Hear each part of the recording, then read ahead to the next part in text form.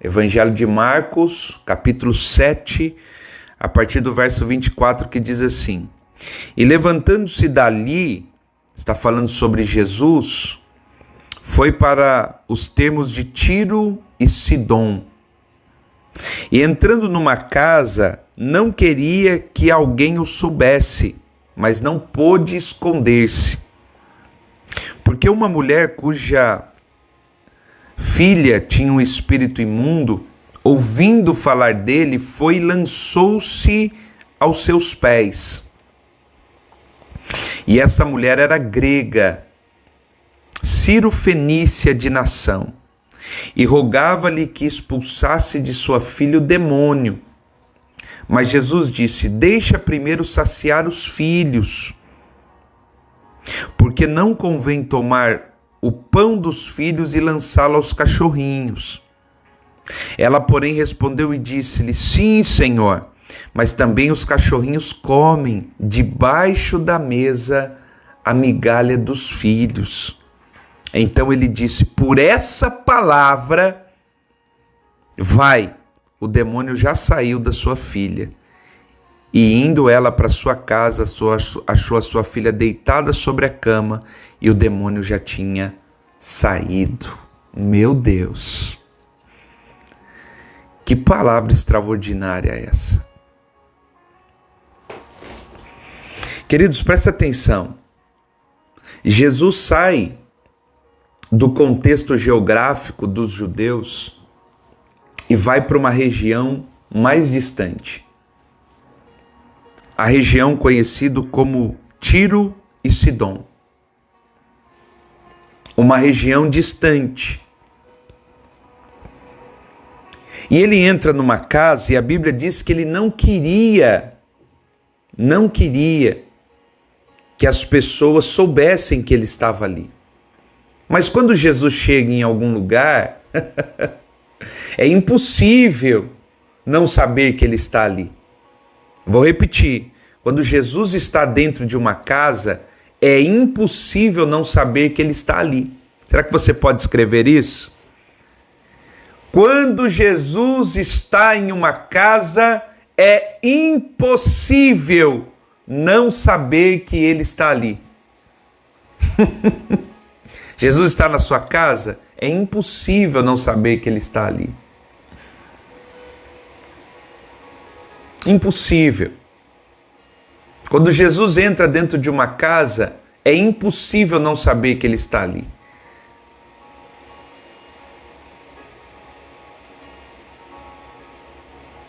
Então a Bíblia diz que uma mulher, Cirofenícia, uma mulher grega, ou seja, por que esses detalhes são importantes? Primeiro, para mostrar que essa mulher não fazia parte do contexto cultural judaico. A mulher não fazia parte do contexto em que estava esperando o Messias. Essa mulher era distante de todas as promessas que haviam sobre a nação de Israel. Mas quando Jesus está dentro dessa casa, abre-se a possibilidade dessa mulher conhecer a Jesus. E aqui é que está o ponto importante. Quando Jesus entra dentro de uma casa, quando Jesus entra em uma família, o que mais importa é que outras pessoas sejam alcançadas através dessa casa. Outras pessoas sejam alcançadas através dessa família. Imagine, se essa casa que recebeu a Jesus tivesse trancado as portas e dito: ninguém tem acesso a Jesus, essa mulher não teria chegado até a presença de Jesus. A sua casa, que recebeu a Jesus, não pode ser uma casa fechada. Precisa ser uma casa onde Jesus vai continuar se revelando às pessoas, salvando, curando, libertando. Não importa se você vai dar o nome de célula, grupo caseiro, culto no lar, não importa, a nomenclatura não importa. A questão é, Jesus entrou na minha casa, Jesus entrou na minha família, e eu sei que a minha casa pode se tornar um lugar onde Jesus vai continuar se manifestando e se revelando às pessoas. Eu não vou trancar Jesus aqui dentro, não é só para mim. Deixa eu dizer algo para você. Jesus não é só para você. Jesus não é só para sua casa. Jesus não é só para sua família. A sua família, a sua casa é o lugar por onde Jesus entrou para alcançar outras pessoas. Outras pessoas que não seriam alcançadas de maneira imediata, de maneira primária, pela igreja, mas é alcançado através da casa.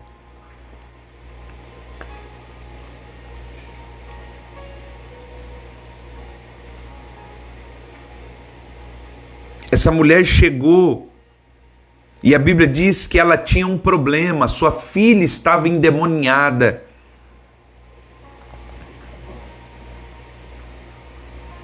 E ela chegou para Jesus e rogava-lhe, dizendo: liberta a minha filha.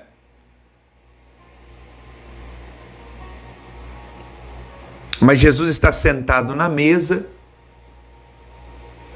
provavelmente com judeus,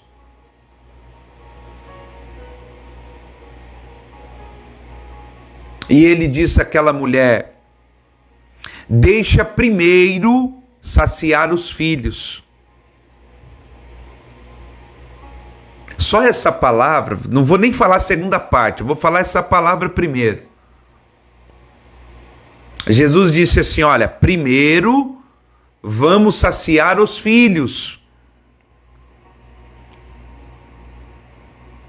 Eu vou atender você depois, porque você não é filha. Você não faz parte do contexto. Primeiro os filhos.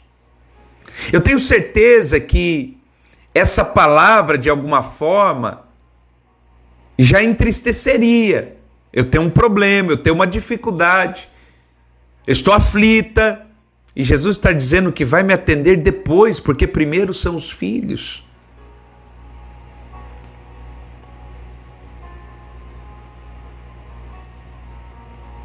Isso é extraordinário. Primeiro, os filhos.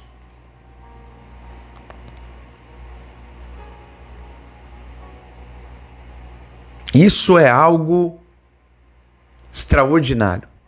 Por quê, pastor? Porque eu quero tocar num assunto com você essa manhã chamado ofensa. Se você quer crescer, se você quer avançar, se você quer prosperar em todas as áreas da sua vida, em todas, você não pode ser uma pessoa que se ofende. Se você é uma pessoa que se ofende, você certamente ficará paralisada na sua caminhada.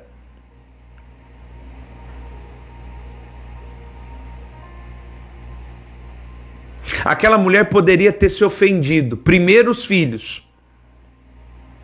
E olha que eu não li a segunda parte.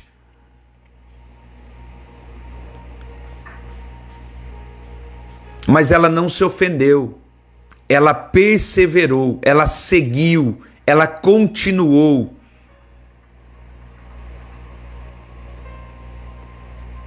A ofensa tem fisgado muita gente, adoecido, afastado, magoado. Tem pessoas ofendidas na igreja e por isso estão paralisadas. Tem pessoas ofendidas no casamento e por isso o casamento caminha para o divórcio. Pessoas ofendidas no trabalho e por isso seu rendimento caiu. A ofensa é perigosa. Lembra que eu disse essa semana, eu não posso impedir as pessoas de falarem de mim. Eu não posso, isso eu não tenho controle do que as pessoas estão falando de mim, eu não tenho controle. Mas eu tenho controle sobre o que desce para o coração. Uma coisa é ouvir no ouvido, outra coisa é descer para o coração.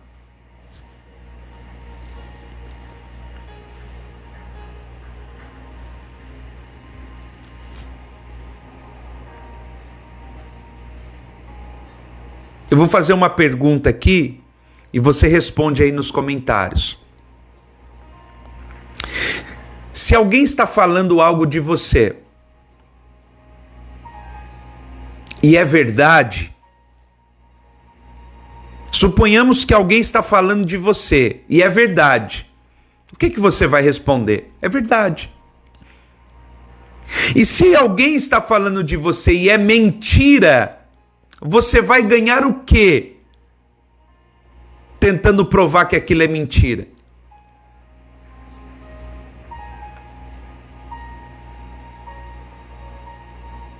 Se você ganha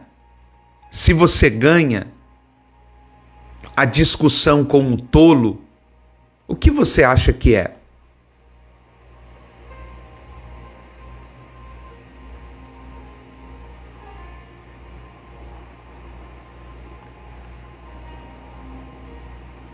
Aquela mulher ouviu de Jesus algo difícil, duro, porque Jesus disse em primeiro lugar, primeiro os filhos, já colocando ela numa condição sectária, você não faz parte desse primeiro grupo.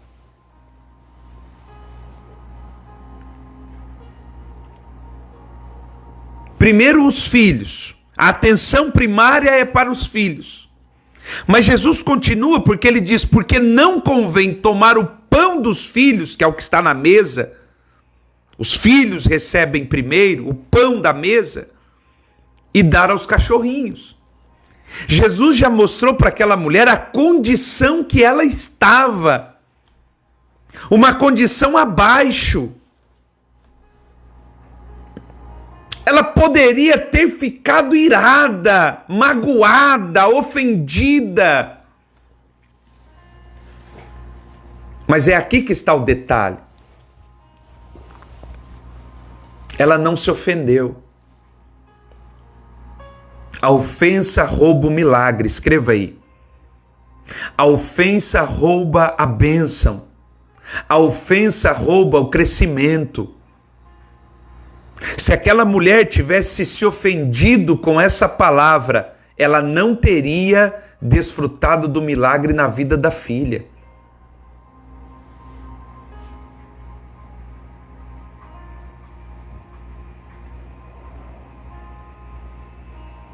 Primeiro Jesus disse, você não faz parte desse primeiro grupo. Agora Jesus colocou uma condição. Os filhos estão na mesa. E você está aqui embaixo. Ela poderia ter dito, eu nunca mais volto nesse lugar. Mas ela não se permitiu ser tomada pela ofensa.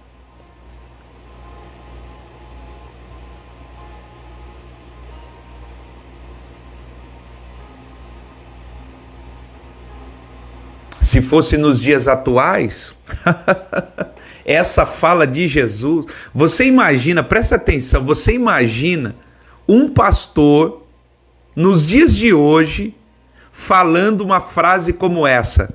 Meu Deus, irmãos, eu nem consigo imaginar a repercussão que uma fala dessa na boca de um pastor para uma mulher, como isso repercutiria hoje. Mas é a cena que está acontecendo. Mas aquela mulher não se ofendeu. Se eu posso dar um conselho instrutivo para você essa manhã, eu diria: cuidado com a ofensa. Você precisa se tornar uma pessoa que não se ofende. Você não pode. Ao marido falou uma coisa, se ofendeu. O chefe falou alguma coisa, se ofendeu.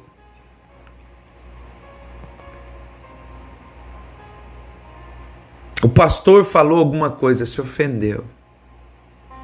O amigo falou alguma coisa, se ofendeu, ficou magoado, não falo com ninguém. Ninguém me ama. Perdeu a oportunidade de crescer. A ofensa, presta atenção, porque eu quero que você entenda e aprenda isso. A ofensa nada mais é do que você ouvir algo aqui e semear aqui. Sabe uma coisa que eu tenho dito nesses últimos 6 meses para muitas pessoas? Não é pessoal. Não leva para o campo pessoal. Jesus disse: é por minha causa que perseguirão vocês. Não é pessoal, não é por causa de você. Jesus disse: é por minha causa. Então não é pessoal. Quando alguém fala mal de você, não é pessoal, é por causa dele.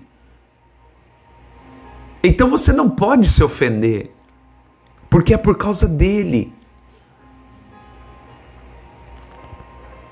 Aquele que tinha todos os motivos para ficar ofendido, não ficou. Você se lembra Jesus na cruz? Ele olha do alto da cruz e ele não vê os seus discípulos ali. Os discípulos não estão na cruz. Havia apenas João. Havia apenas João ao lado de Maria e mais algumas outras mulheres. Mas todos os outros discípulos tinham saído, não estavam lá. Jesus poderia ter ficado ofendido, mas não ficou. Jesus poderia ter ficado ofendido quando, horas antes, no Getsêmani, ele compartilhou a tristeza da sua alma e pediu para que os seus amigos, discípulos, orassem com ele. E quando ele percebe, eles estão dormindo. Jesus poderia ter ficado decepcionado, angustiado, ofendido, mas ele não ficou.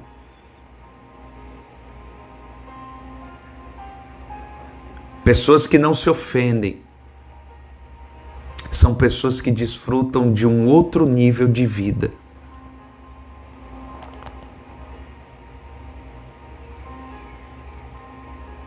Presta atenção, vou te dar um conselho agora. Nem tudo você precisa responder.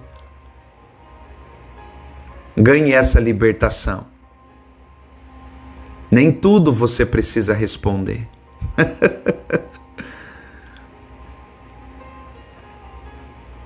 Você não precisa ser amigo de todo mundo. Não caia nessa ilusão.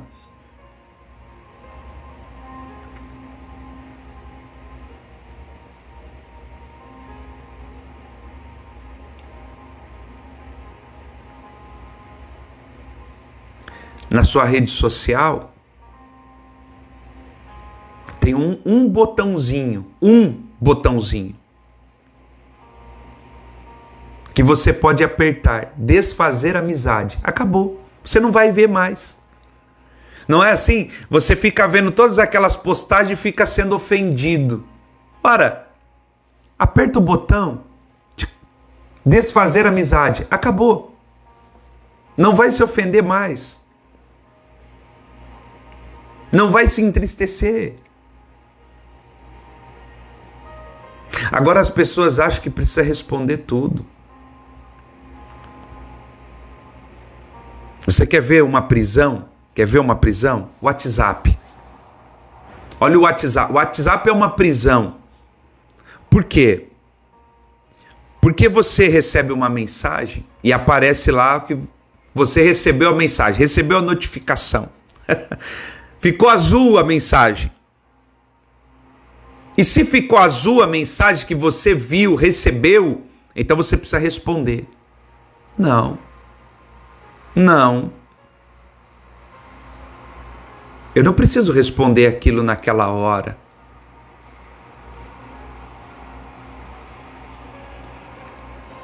E então, para que não apareça os pontinhos azuis, eu deixo a mensagem ali, eu vou ver depois.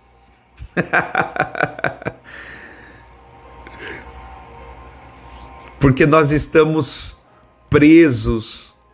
Porque, olha, a pessoa viu que eu vi e ela vai ficar magoada que eu não respondi. Olha que cadeia nós estamos vivendo. Eu fico preso porque a pessoa me mandou uma mensagem e eu não respondi a mensagem na hora que ela gostaria.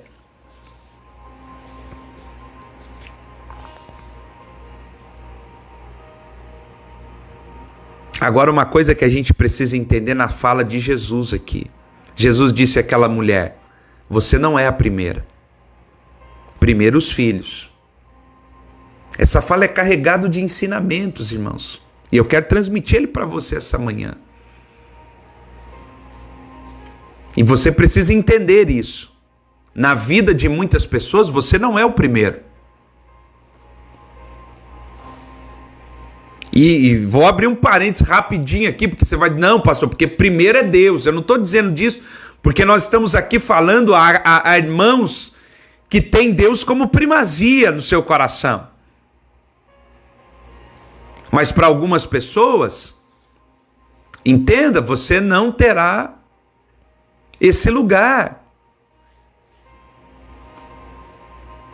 E está tudo bem. Nem todas as pessoas te tratarão da mesma forma. Não adianta querer criar uma linha de tratamento. Não, porque aqui eu sou tratado de um jeito, lá eu sou tratado de outro. É dessa forma. É dessa maneira. Jesus disse: você não é a primeira aqui. Tem lugares que a gente vai que a gente não vai ser tratado da mesma forma que em outros lugares. Vou te dar um exemplo meu particular. Tem lugares que eu vou ministrar, por exemplo, em que eu chego na igreja e já tem alguém me esperando com uma vaga pronta. Pastor, para aqui, a gente deixou essa vaga separada para você. Você entra. Pastor, vem aqui porque a gente preparou uma mesa antes do culto para você sentar, compartilhar, comer. Pastor, vem aqui, a gente preparou um lugar ali na frente para você sentar, tá tudo pronto. E glória a Deus por isso. Tem lugares que você vai que não tem nada disso. E tá tudo bem também. Porque nem todos os lugares vão te tratar da mesma forma.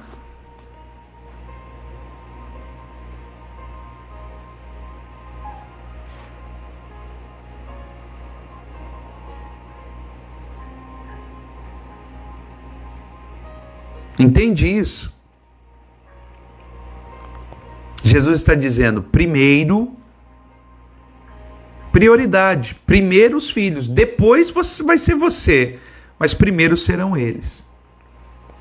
Aqui a prioridade é deles, não é sua. Tem lugares que você vai que você não é a prioridade, está tudo bem.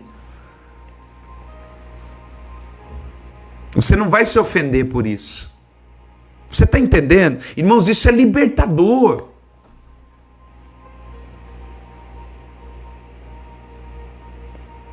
Imagine se, eu tô usando esse exemplo que eu disse, imagine se eu chegasse em todo lugar dizendo, todo lugar tem que ter uma vaga, tem que ter uma sala, tem que ter isso, tem que ter aquilo outro. E eu chego lá e não tem nada disso. Eu vou dizer, puxa, os irmãos, não.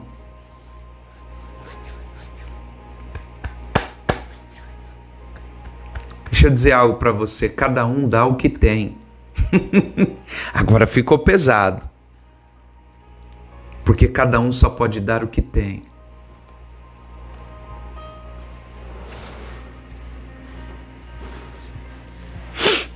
Eu não posso exigir de uma pessoa dar o que ela não tem. Por isso que honra, quando nós falamos sobre honra, nós não falamos de exigência, porque você não pode exigir o que uma pessoa não tem.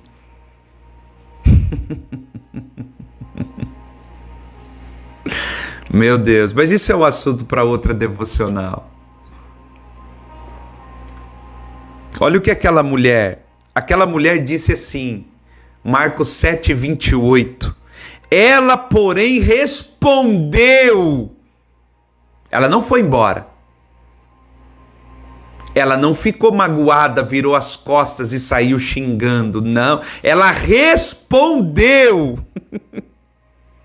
E disse-lhe, sim, Senhor. Sabe o que ela está dizendo? O Senhor tem razão. Meu Deus. O Senhor está certo. Uma pessoa que não se ofende é diferente. Aquela mulher diz, sim, Senhor, o Senhor está certíssimo.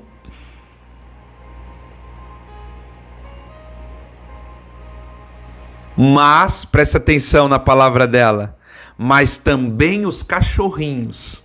Ela se colocou naquele lugar. Sabe o que ela está dizendo? Senhor, eu não quero um lugar na mesa. Eu sei o meu lugar. Eu não quero um lugar junto aos filhos. Eu sei o meu lugar. Mas o Senhor sabe que até os cachorrinhos comem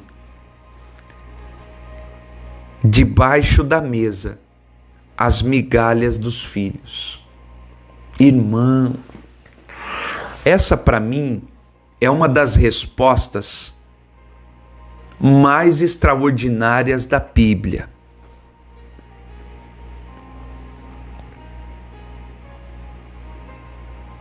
Se eu fosse escrever um livro chamado As Respostas Mais Extraordinárias da Bíblia, essa com certeza estaria dentro do top 5. Aquela mulher está dizendo, Senhor, eu sei o meu lugar. Eu não estou aqui por um lugar na mesa. Eu estou aqui apenas por causa das migalhas que caem da mesa. Ai. Sabe o que aquela mulher está dizendo? Não precisa ser o pão. O Senhor não precisa tirar o pão do filho de ninguém. Aqui, deixa na mesa. O que eu estou pedindo é apenas as migalhas que caem da mesa dos filhos.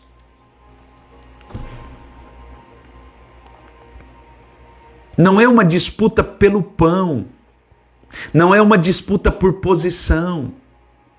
É só o Senhor me deixar com as migalhas. Aquela mulher sabia que somente a migalha que caía da mesa era o suficiente para mudar a sua vida.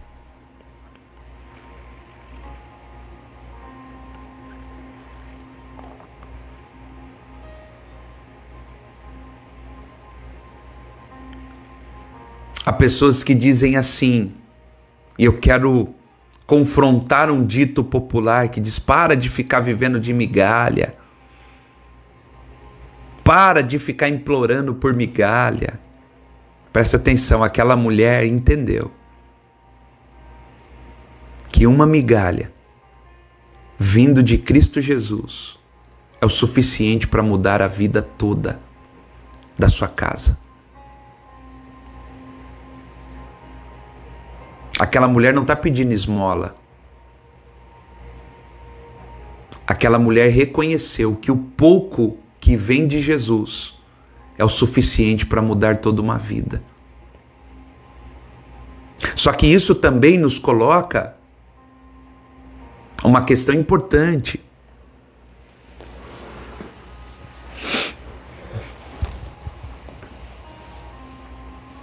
Porque presta atenção, talvez você nunca tenha parado para pensar nisso. Israel é quem está sentado à mesa. E nós, todos nós, somos essa mulher. O pão foi dado à mesa para os filhos de Israel. E nós somos como essa mulher Ciro-fenícia. Não fazíamos parte. Nós fomos aproximados da mesa. Meu Deus do céu.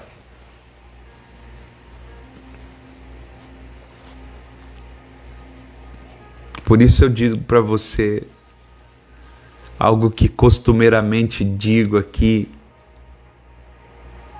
Se Jesus é a única coisa que você tem, então você tem tudo o que você precisa. É pouco, mas é com Jesus, então você tem tudo o que precisa.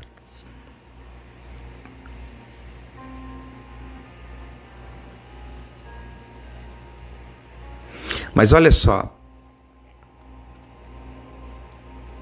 às vezes a nossa mesa está tão farta, a gente tem tanto, que a gente não percebe o quão pouco é o suficiente para mudar a vida de uma pessoa.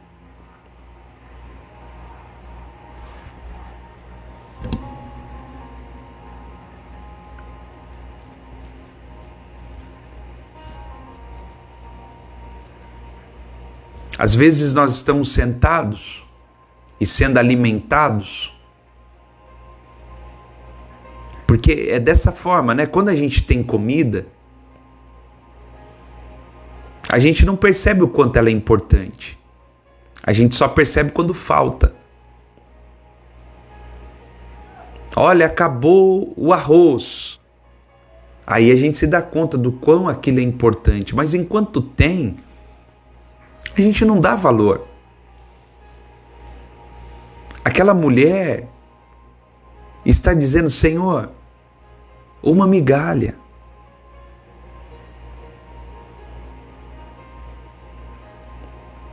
Sabe, deixa eu dizer algo para você. Você que frequenta uma igreja séria, bíblica, você que é alimentado por uma palavra bíblica semanalmente, você precisa aprender a honrar essa mesa. Porque eu conheço inúmeras pessoas que estão sedentas pela palavra e não têm. E não têm. Mas porque nós temos, a gente não valoriza. A gente não dá conta do quanto isso é importante.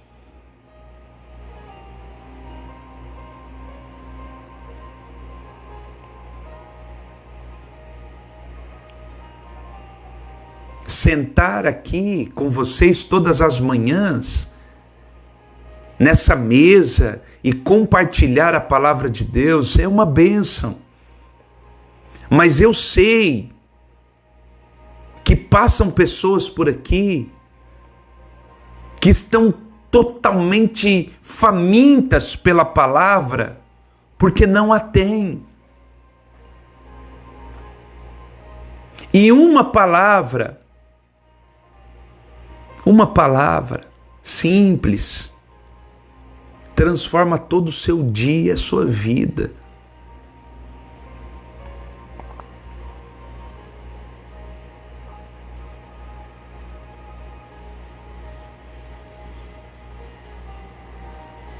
Se nós temos uma mesa, estamos sentados com um banquete preparado, nós precisamos aprender a valorizar.